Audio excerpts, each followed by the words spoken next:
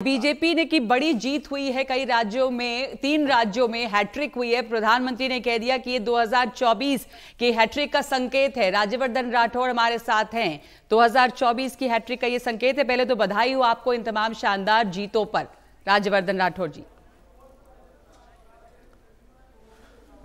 जी धन्यवाद आपकी बधाई के लिए। और जी मेरी आवाज एको कर रही है, आप अपने टेक्नीशियंस को बोलिए मेरी आवाज एको ना करे।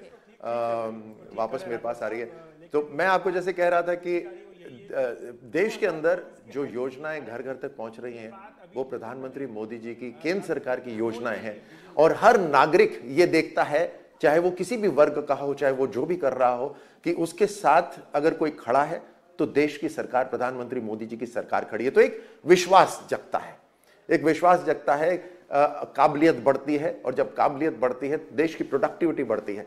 जब हम सड़क, पानी, स्वास्थ्य इसकी जब बात करते हैं, फिट इंडिया की बात करते हैं, तो हम वोट के लिए नहीं करते, हम इसलिए करते हैं कि उस व्यक्ति का पर यूनिट जो व्यक्ति है उसकी प्रोडक्टिविटी बढ़ जाती है। उसकी प्रोडक्टिविटी बढ़ती है तो देश की प्रोडक्टिविटी बढ़ती है। और अगर देश को आगे विकसित राष्ट्र की कैटेगरी में लेके जाना है, जैसे आज प्रधानमंत्री मोदी जी कह रहे थे, तो हर व्यक्ति को हमें सक्षम बनाना है। सो सर्विसेज पहुंचनी जरूरी है। अगर सर्विसेज पहुंचनी जरूरी है तो सरकार ऐसी चाहिए जो ईमानदार सरकार हो, देश के पैसा एक एक पाई का हिसाब करके नीचे तक पहुंचाए, रिपोर्ट कार्ड दिखाए अपने काम का जब भी कोई काम करे।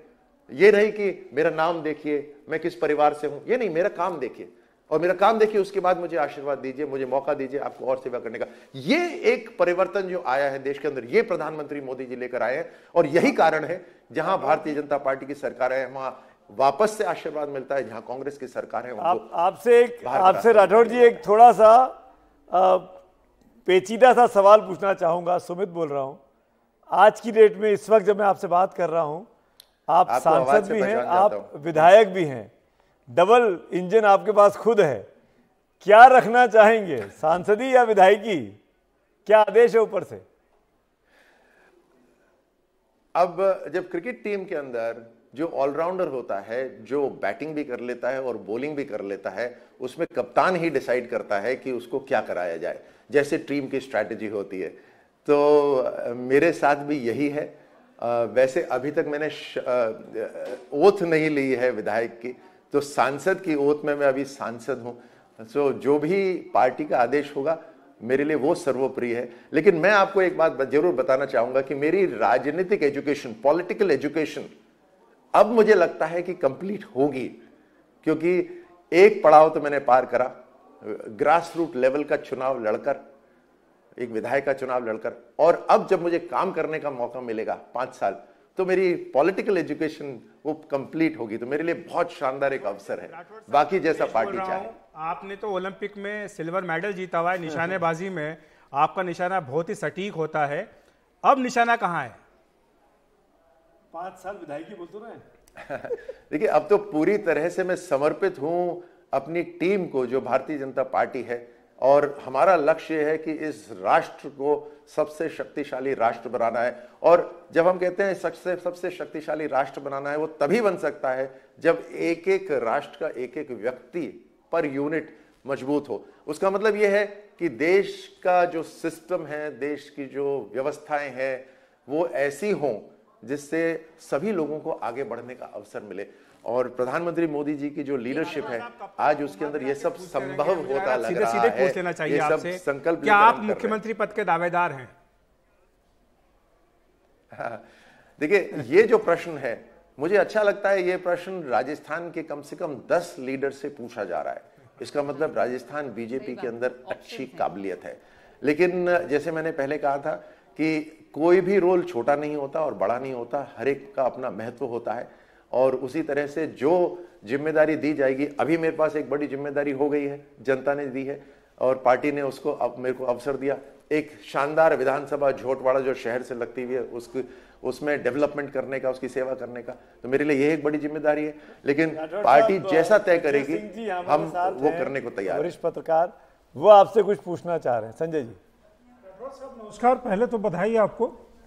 मुझे ध्यान में आता है कि जब आप दिल्ली आए थे और उसके बाद जब आप जा रहे थे, तो जाते जाते एकदम से आप विधानसभा का चुनाव कैंडिडेट हो गए। राइट। उसके पहले आप राजस्थान में समय बिता रहे थे लेकिन कोई और चीज़ वहाँ पे देख रहे थे।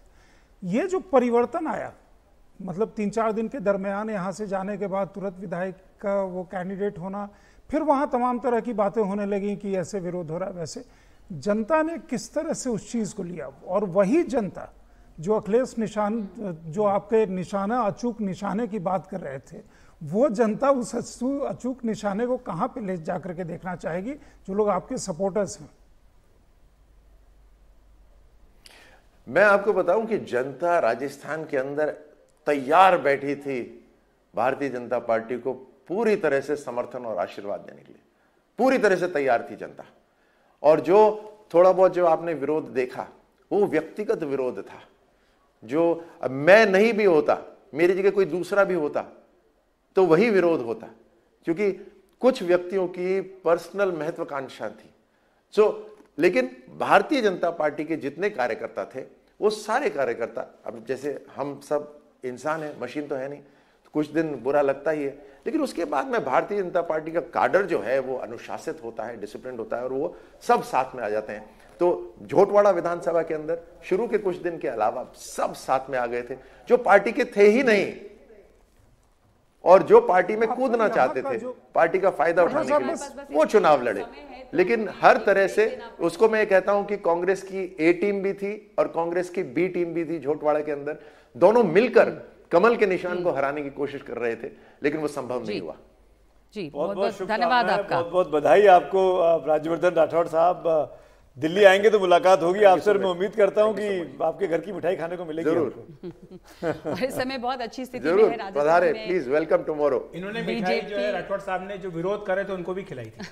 आपकी तस्वीरें बहुत चर्चित हुई थी, इसमें जो विरोध करे थे उनके लिए गाड़ी रुकवाई और उनको इन्होंने। चलिए एक ब्रेक लेंगे। अब इस राजस्थान में ये बड़ी अच्छी तस्वीर यहाँ पर उभर के आ रही है, जैसा कहा गया कि प्रॉब्लम ऑफ प्लेंटी है वहां पे। गजेंद्र शेखावत भी है, वसुंधरा राजे, दिया कुमारी, राज्यवर्धन राठौड़, कौन बनेगा मुख्यमंत्री, ये सवाल तो बना ही हुआ है।